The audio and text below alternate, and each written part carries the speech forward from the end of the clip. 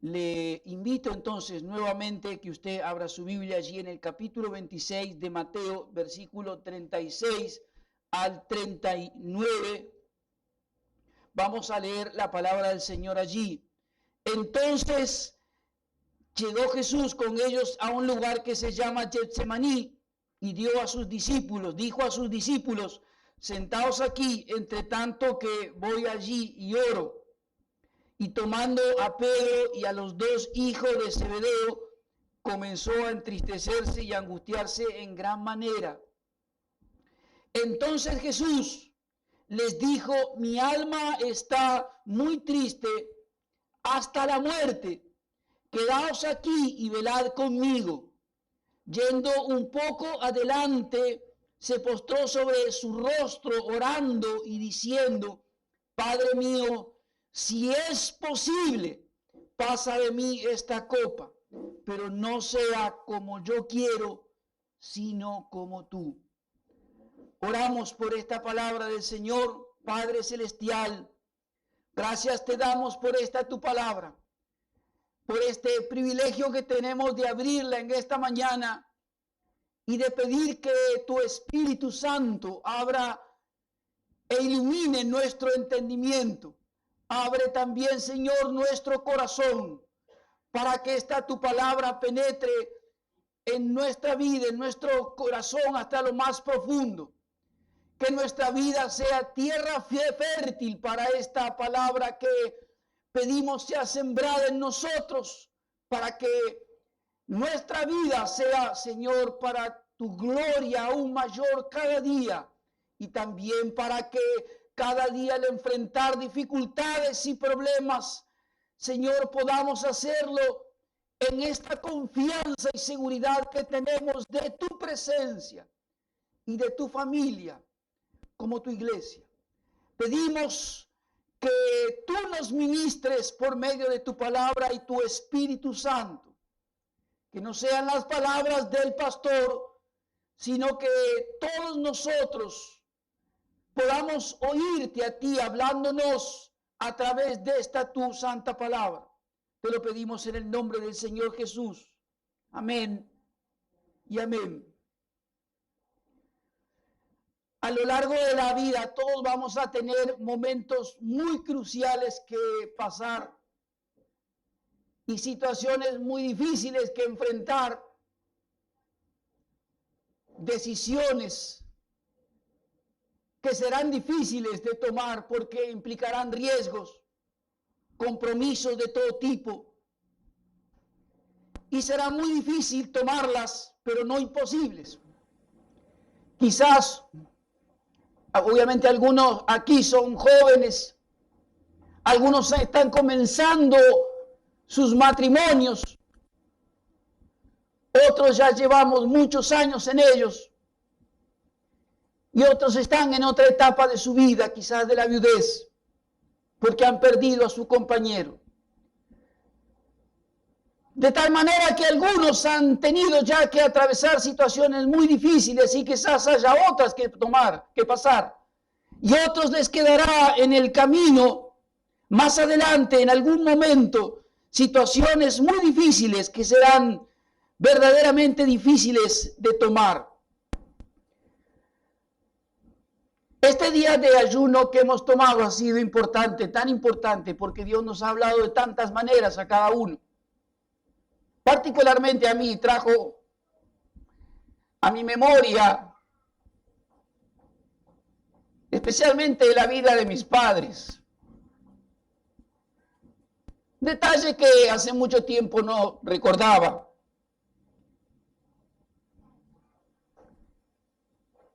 Que ya hace 30 años que no los tengo conmigo.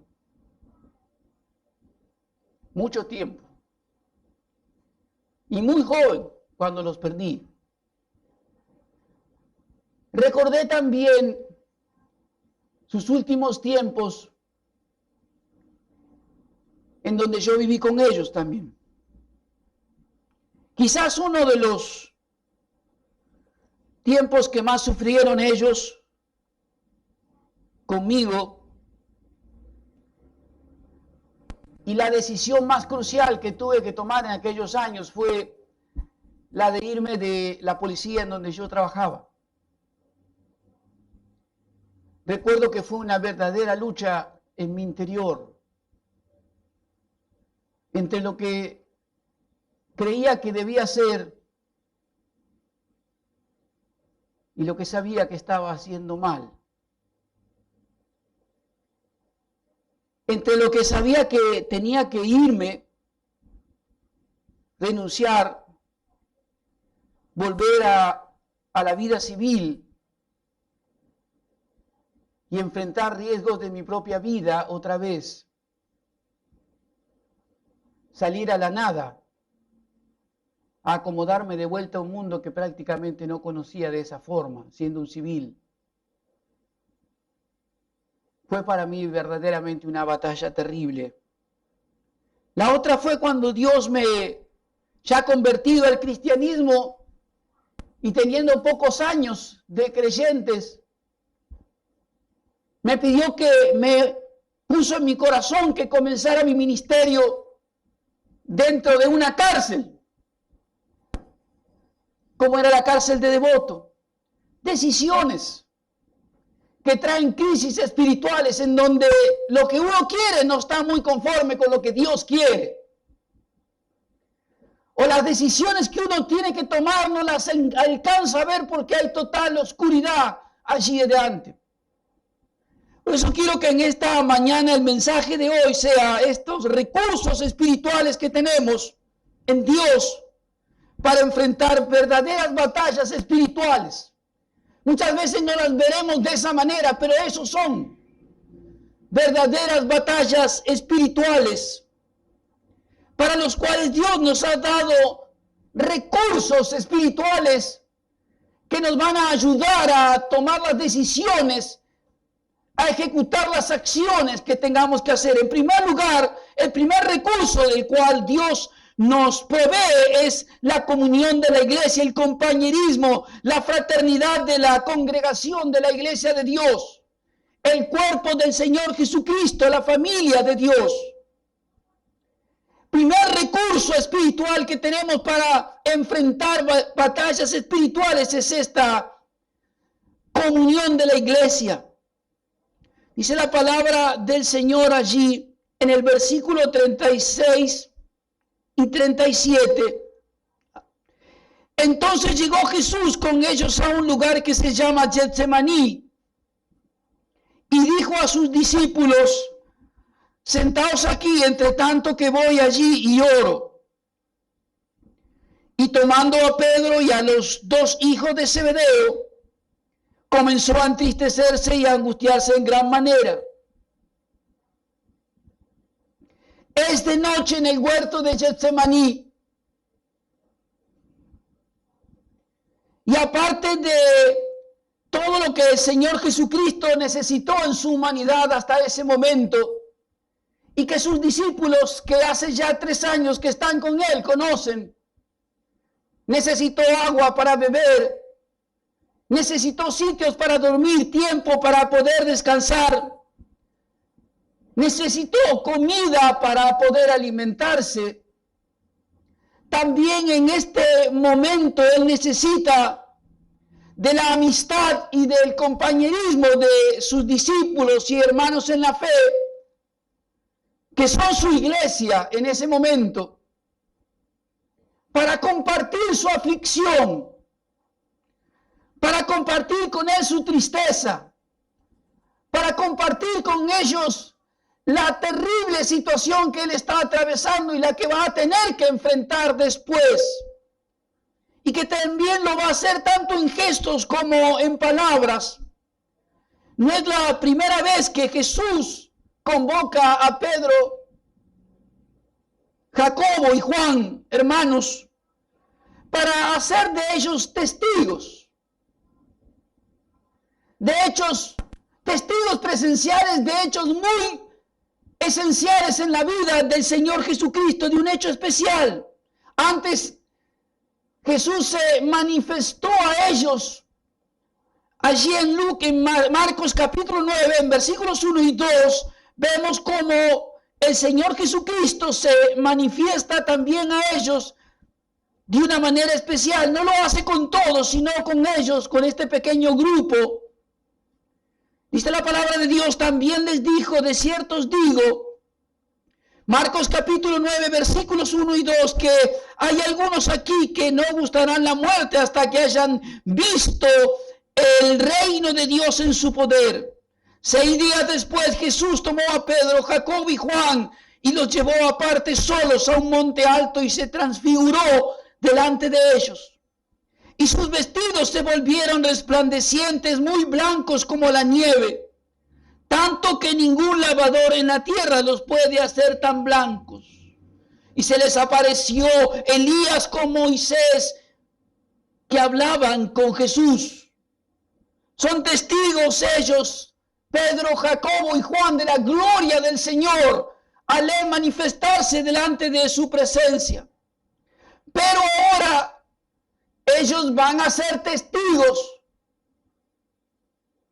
no de ese momento de gloria en que Jesús se abrió delante de ellos, sino que ahora van a ser testigos por medio de su rostro, de la tristeza, de la angustia, la desazón, la soledad que está atravesando el Señor Jesucristo. Los sufrimientos que expresan su rostro por la cruz y el sufrimiento que va a traer sobre él, la muerte en la cruz. También por medio de sus palabras tenemos en él la profundidad de la tristeza del alma del Señor Jesucristo. Dice el Señor Jesús en el versículo 38 de Mateo 26, entonces Jesús les dijo, mi alma está muy triste hasta la muerte, quedaos aquí y velad conmigo. Hasta la muerte. Resume de alguna manera la tremenda tristeza, el dolor, la angustia, la desazón que está atravesando el Señor Jesucristo en ese momento. Han pasado 3 años que para muchos fue de una gloria tremenda y Él manifestó vez tras vez quién era. Señales, prodigios, milagros. Muertos resucitados, ciegos que se le devolvió la vista, cojos que volvieron a caminar, sordos que volvieron a oír, toda la gloria. Pero en la vida no todo es gloria. Y llegó este momento, esta hora especial para el Señor Jesucristo en donde ya no hay multitudes. Tan solo un pequeño grupo de discípulos, un sufrimiento que le espera terrible en la cruz más adelante en las horas y una decisión tremenda que tiene que tomar. Sabe lo que le espera porque también sabe lo que hasta este momento le ha acontecido. Gran parte de la población, de los miles y miles de las multitudes que lo siguieron, lo abandonaron. Sabe que el mismo Pedro, a cual él ha convocado para estar a su lado, va a negarle. Sabe que Poncio Pilato va a condenarlo. Sabe que los romanos van a crucificarlo. Sabe que sus discípulos van a abandonarlo. Sabe que la sombra de la cruz viene sobre él. El libro de Hebreos que nos leyó nuestro hermano Daniel en el capítulo 5 describe ese momento tan terrible para él. En los días de su carne, ofreciendo ruegos con súplicas, con gran clamor y lágrimas al que podía librar de la muerte, fue oído a causa de su temor reverente. Y aunque era hijo, por lo que padeció, aprendió la obediencia y habiendo sido perfeccionado, vino a ser autor de eterna salvación para todos los que le obedecen. En las palabras de Jesús, su alma está triste hasta la muerte. en las palabras del autor de la carta a los Hebreos. Gran clamor, audible para todos. Lágrimas derramadas delante del Señor para mostrarle a Él lo que le está ocurriendo y también para hacerlo en presencia de esta comunión de su iglesia, de su pequeña iglesia. Imperfectos, pero ahí están. Un adolescente como Juan. Un Jacobo que morirá pocas horas o pocos días después. Un Pedro que va a negarlo, pero luego va a fortalecerse y va a seguir adelante. Ninguno con perfección, pero todos con amor hacia el Señor Jesucristo. Quizás no entienden mucho lo que está ocurriendo. ¿Por qué los separó el primer grupo un poco más lejos? Después hay otro más cerca, el círculo íntimo, Pedro, Jacobo y Juan. Para que sean testigos de lo que le está ocurriendo, de lo que está él atravesando, de lo que le está pasando. En el mundo vamos a tener muchas aflicciones, son palabras del Señor Jesucristo. Si hay una canción, no me gusta esa que dice, no puede estar triste el corazón que alaba a Cristo. No es que no me guste, creo que esté equivocada. Y la gente aprende más muchas veces por lo que escucha que por lo que dice la Biblia. Hay que mirar más la vida del Señor Jesucristo y ver las veces que Él se mostró tal cual era, en su humanidad siendo Dios mismo, con gran clamor y lágrimas en este momento. Lloró audiblemente, el versículo más corto del Nuevo Testamento.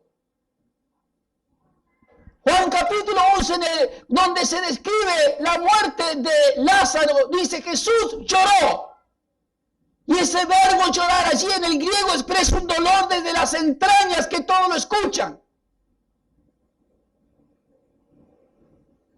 Nunca el Señor Jesucristo se privó de mostrar sus emociones. Cuando hubo que cantar, cantó. Cantó un himno antes de ir al huerto de Getsemaní. Cuando hubo que llorar, lloró. Dice Hebreos, con gran clamor y lágrimas. Pero no solo. No solo. Esto es lo que quiero enseñar en este punto y en esta mañana.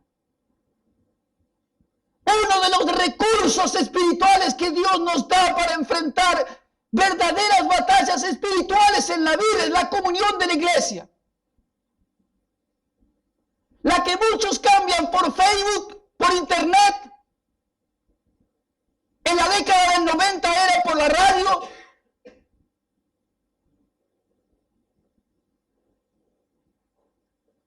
El cristianismo no es individual. Es comunitario. La vida cristiana es congregacional. Y lo que nos enseña Jesús aquí es que las grandes batallas espirituales se enfrentan con recursos espirituales. Y uno de esos recursos es la comunión de la iglesia, el compañerismo. El no estar solo. El estar junto con sus hermanos. Sean pocos o muchos. Pero es no estar solo. Jesús no tuvo ningún reparo en llorar cuando murió su amigo Lázaro y que todos los judíos lo escucharan. Es más, muchos dijeron, miren cuánto lo amaba. Sus lágrimas fueron el mensaje de amor que tenía por Lázaro. Aquí Jesús, dice el Evangelio de Lucas, que de su frente caían gotas como de sangre por la gran tensión que él estaba atravesando. Pero no estaba solo. Allí cerca, a pocos pasos, está su iglesia. su pequeña manada, Pedro, Jacobo y Juan.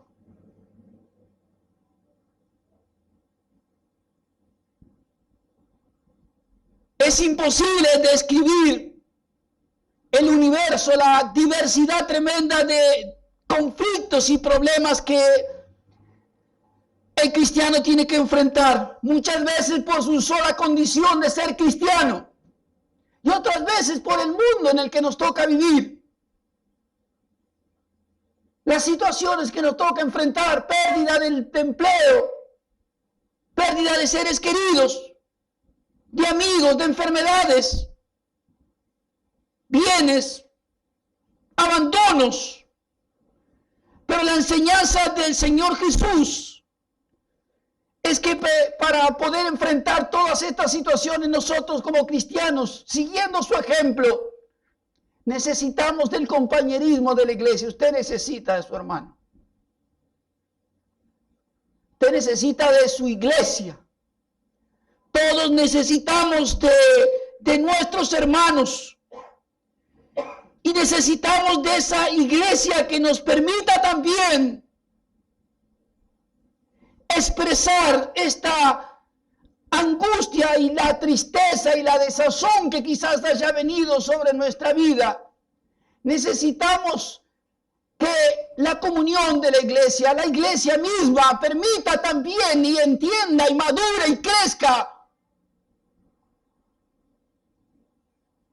Que hay que permitirle al hermano o a la hermana que exprese no solamente con su rostro, su gesto, sino también con sus palabras lo que le está aconteciendo, lo que está sufriendo, lo que le está pasando.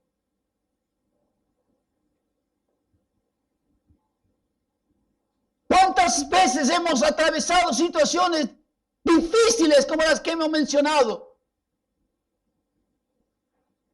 Y lo primero que uno hace es levantar el teléfono y hablar con el pastor o con otros hermanos. No todos.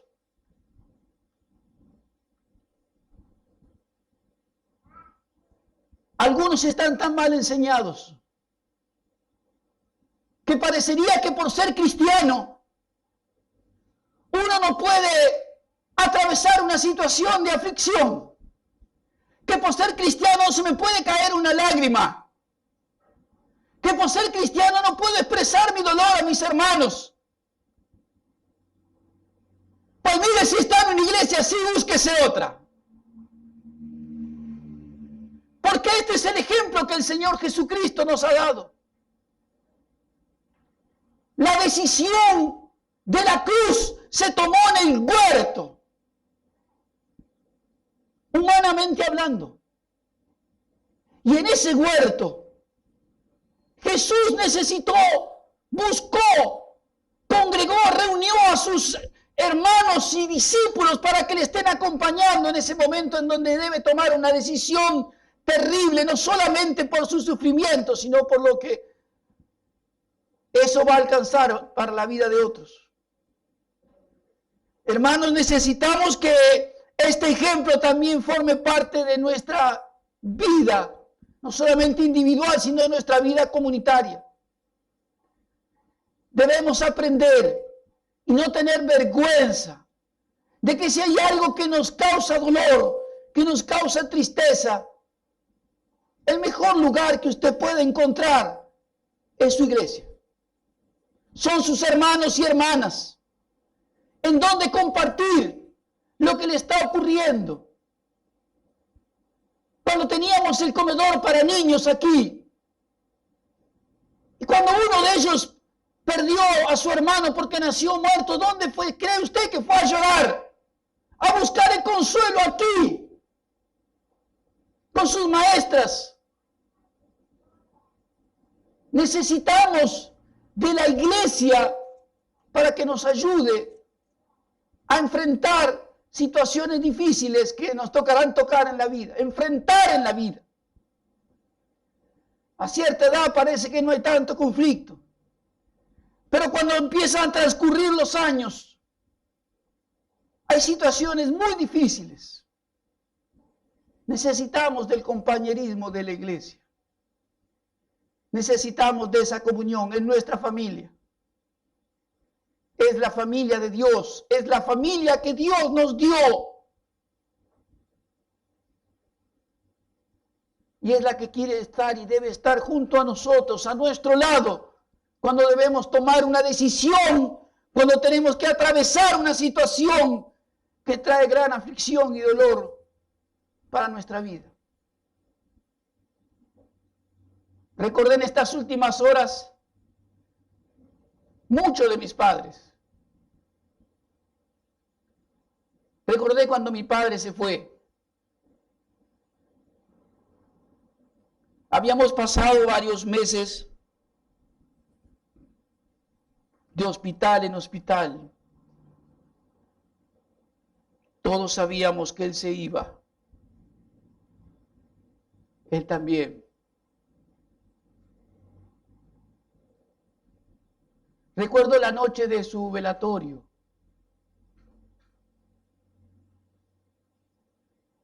Hoy todo se ha hecho más rápido. Cerramos, nos vamos hasta mañana. Mañana venimos, buscamos y... Antes uno se quedaba toda la noche. Recuerdo haberme dormido de cansado. Tenía un amigo que lo tuve durante casi 40 años. No éramos creyentes ninguno, pero éramos amigos muy fraternos, muy íntimos. Desde el mismo momento que comenzó todo, él estuvo ahí. Como dije, recuerdo el momento en que él se fue y esa noche me dormí de cansado. Y cuando a las primeras horas de la mañana salió el sol, desperté. No había casi nadie, pero él estaba allí, a mi lado.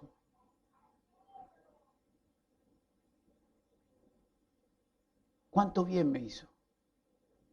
No fue la única persona, por supuesto. Pero recuerdo de él y su amistad, que en el momento más difícil estuvo allí en todo momento.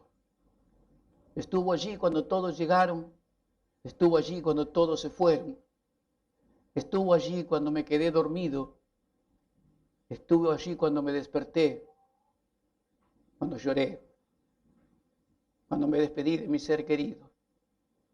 Estuvo ahí siempre. Y eso es lo que Dios quiere enseñarnos. Que esta es tarea de la iglesia sanadora. Esta es la tarea de la iglesia restauradora. Que esto forma parte de la misión también de la iglesia, contenernos, ayudarnos, amarnos mutuamente. No somos cristianos de domingo, sino cristianos que vivimos toda la semana de una u otra manera conectados, juntos. Uno de los recursos que Dios nos da para enfrentar situaciones difíciles de la vida, verdaderas batallas espirituales, es la comunión de la iglesia. Y en segundo lugar, el segundo recurso que quiero hablar en esta mañana es la presencia de Dios. Esta presencia de Dios vivo, verdadero, a nuestro lado. Dice la palabra del Señor allí, versículo 39.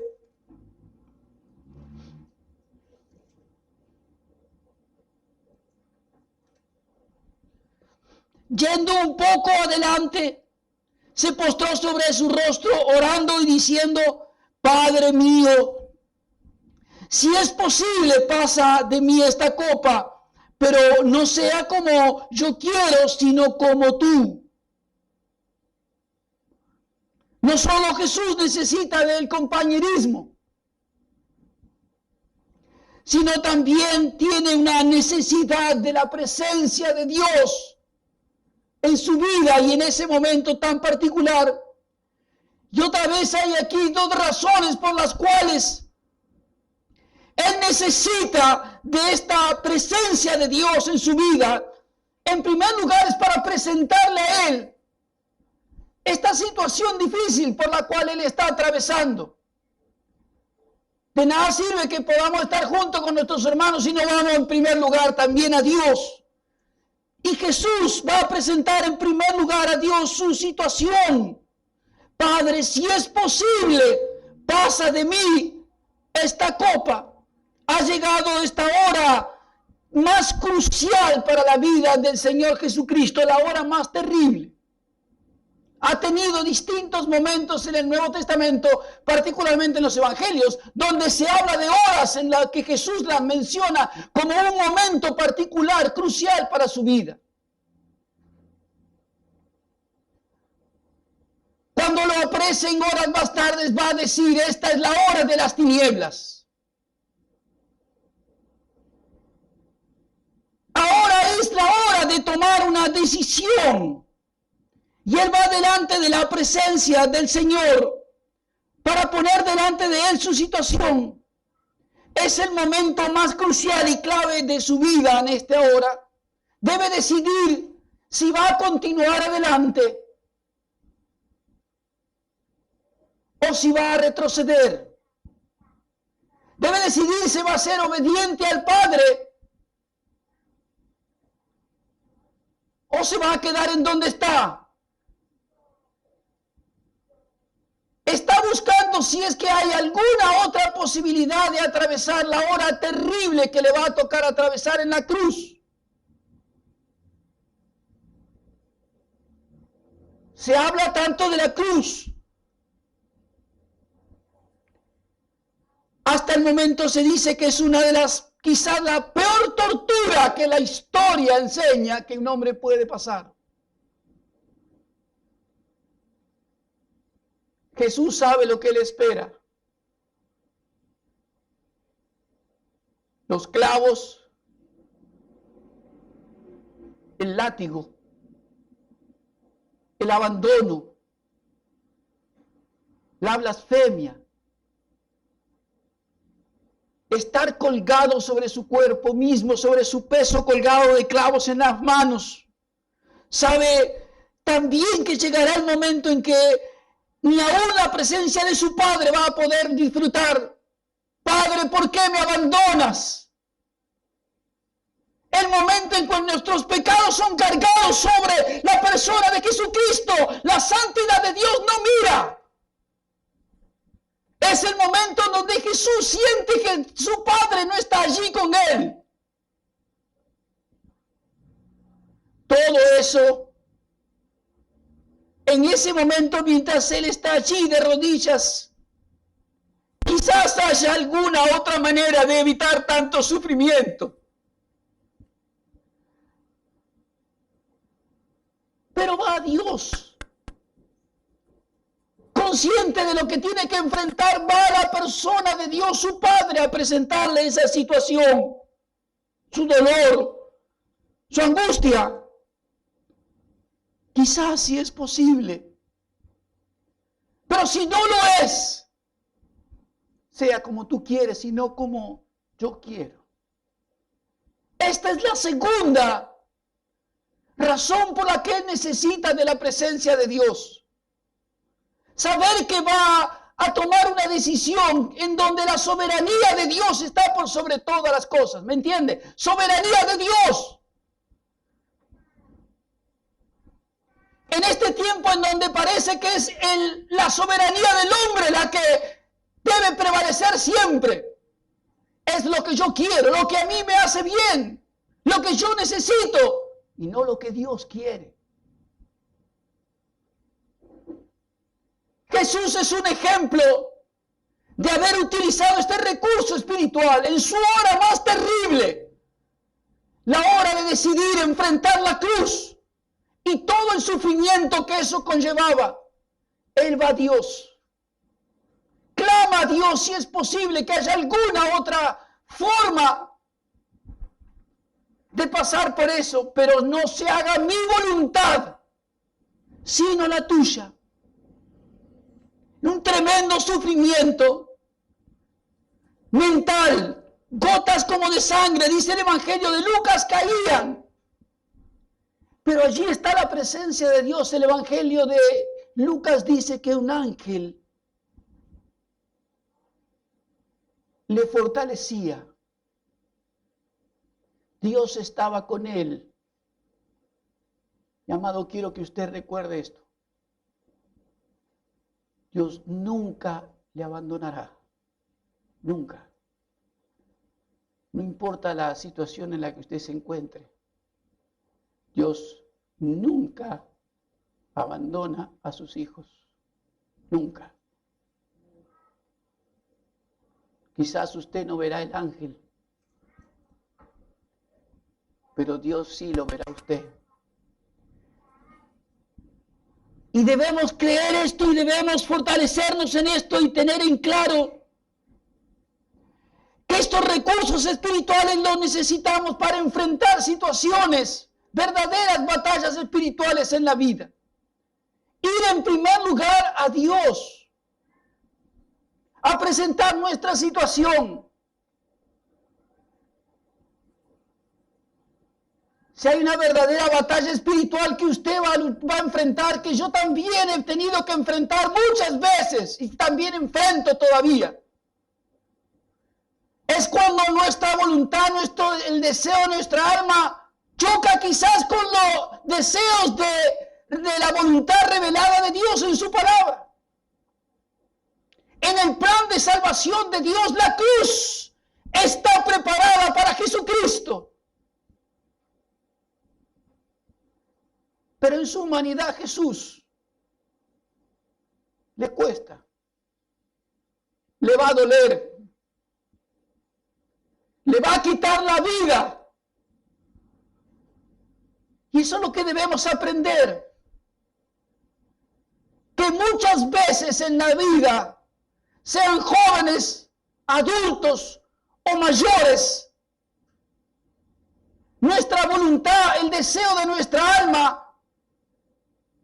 va a ir en contra de lo que Dios tiene preparado para nosotros. Dios tiene quizás otro plan, otro curso preparado para nuestra vida. Y así es donde en nuestra aflicción y dolor debemos ir a Dios. E ir a Dios en oración. Santiago dice, está algún afligido, haga oración. Reúnase con sus hermanos, como hizo Jesús, y ore específicamente por eso. Ayune como hemos hecho desde el día de ayer y oremos específicamente por eso. Pero debemos ir a Dios en primer lugar a presentar nuestra situación y en segundo lugar ir con una disposición de corazón a aceptar la soberanía de Dios sobre nuestra vida. Aceptar la soberanía de Dios sobre nuestro ministerio. Aceptar la soberanía de Dios sobre nuestras carreras, nuestra profesión. Aceptar la soberanía de Dios sobre nuestro matrimonio. Aceptar la soberanía de Dios sobre toda nuestra vida. Jesús la aceptó. Le dolió. Derramó su sangre. Terminó su vida. Pero en la voluntad de Dios, en el plan de Dios, fue el autor, como hemos leído y nos leyó nuestro hermano, el autor de eterna salvación para los que creen en Él. Lo levantó de entre los muertos. No lo abandonó. El gran ausente para muchos, dijo un teólogo, estaba más presente que nunca en esa hora. Cuando muchos le decían, ¿dónde está tu Dios? Si eres el Hijo de Dios, bájate de la cruz. Lo escupían. Jugaban dados sobre sus ropas.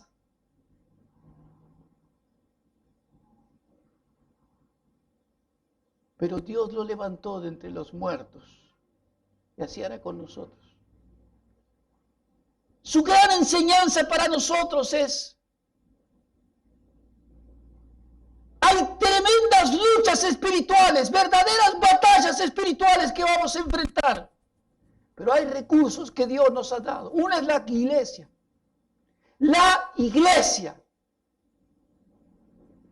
grande o pequeña, iglesia de Cristo, y la presencia de Dios sobre su vida, que nunca la abandonará. Un famoso teólogo, por lo menos para algunos, luterano, alemán, llamado Bonhoeffer, el 9 de abril de 1945 se recuerda el día en el que él murió ahorcado por los nazis. Pero a más de 50 años de su muerte, se lo está recordando en todos estos tiempos, en muchos lugares e iglesias, por ser un hombre que en su juventud vivió tanto la presencia de Dios, vivió tanto la voluntad de Dios para su vida por sobre sus propios intereses, que quizás ese es el legado más importante que ha dejado, aún más importante que sus escritos. Prohibido de enseñar teología en la Alemania nazi, teniendo que haberse exiliado en Inglaterra.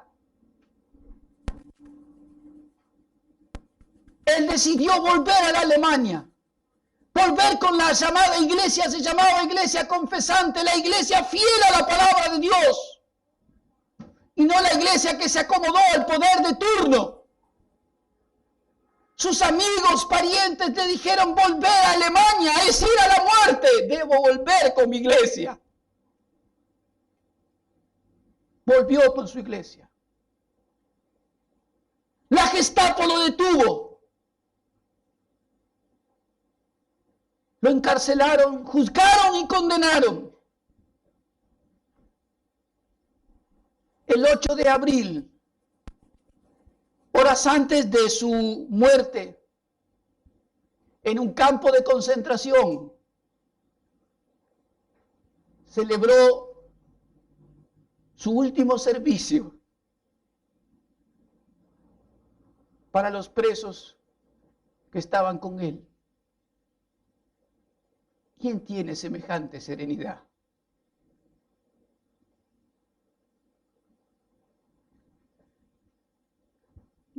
Un médico que estuvo presente en aquel lugar dijo: en 50 años nunca vi a alguien tan entregado a la voluntad de Dios. Cuando llegó la hora, le obligaron a quitarse su ropa. Caminó hasta el cadalso, se arrodilló, oró, y dicen los historiadores y los que estuvieron presentes, con una serenidad pasmosa, subió al cadalso para recibir la horca. Sus últimas palabras fueron: aquí se termina todo, pero para mí es el principio de la vida. Un piloto de avión que estaba frente a su celda lo veía leer su Biblia todos los días. Anoté sus palabras, con esto quiero terminar. Él dijo: fue uno de los pocos hombres para quien Dios era una realidad siempre presente, aún en el momento de su muerte. Muchas veces en la vida vamos a tener que enfrentar, seguramente no lo mismo que pasó Bonhoeffer,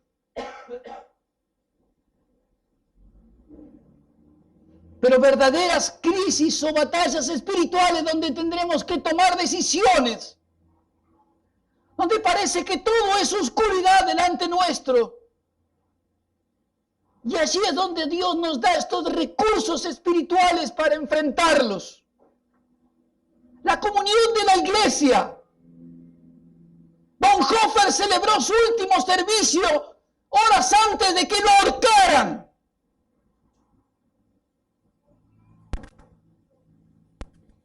Y como buen luterano habrá servido la cena del Señor.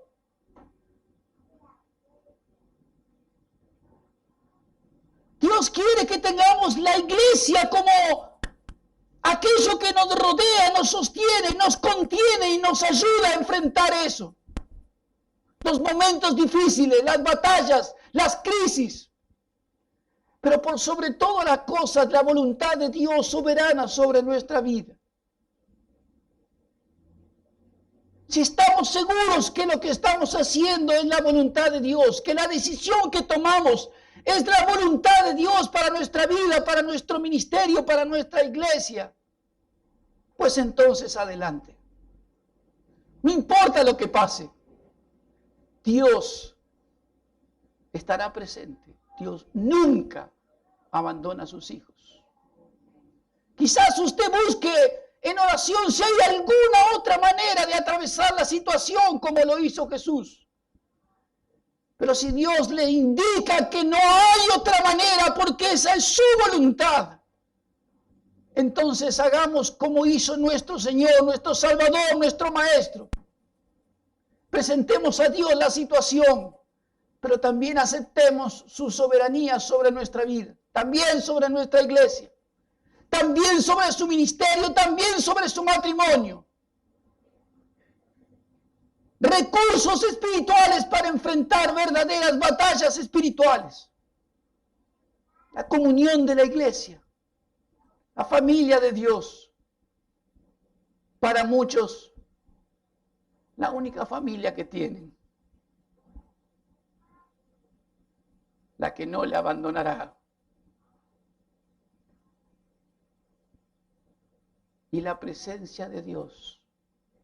En sus promesas confiamos, en Él descansamos, en Él vivimos y hacia Él vamos. Dios nunca abandona a sus hijos. Y estos recursos que Dios nos ha dado espirituales, que no son ni más ni menos que el cuerpo de Cristo y la presencia de Él mismo en nuestra vida, con eso enfrentamos con Dios de nuestra parte. Amén.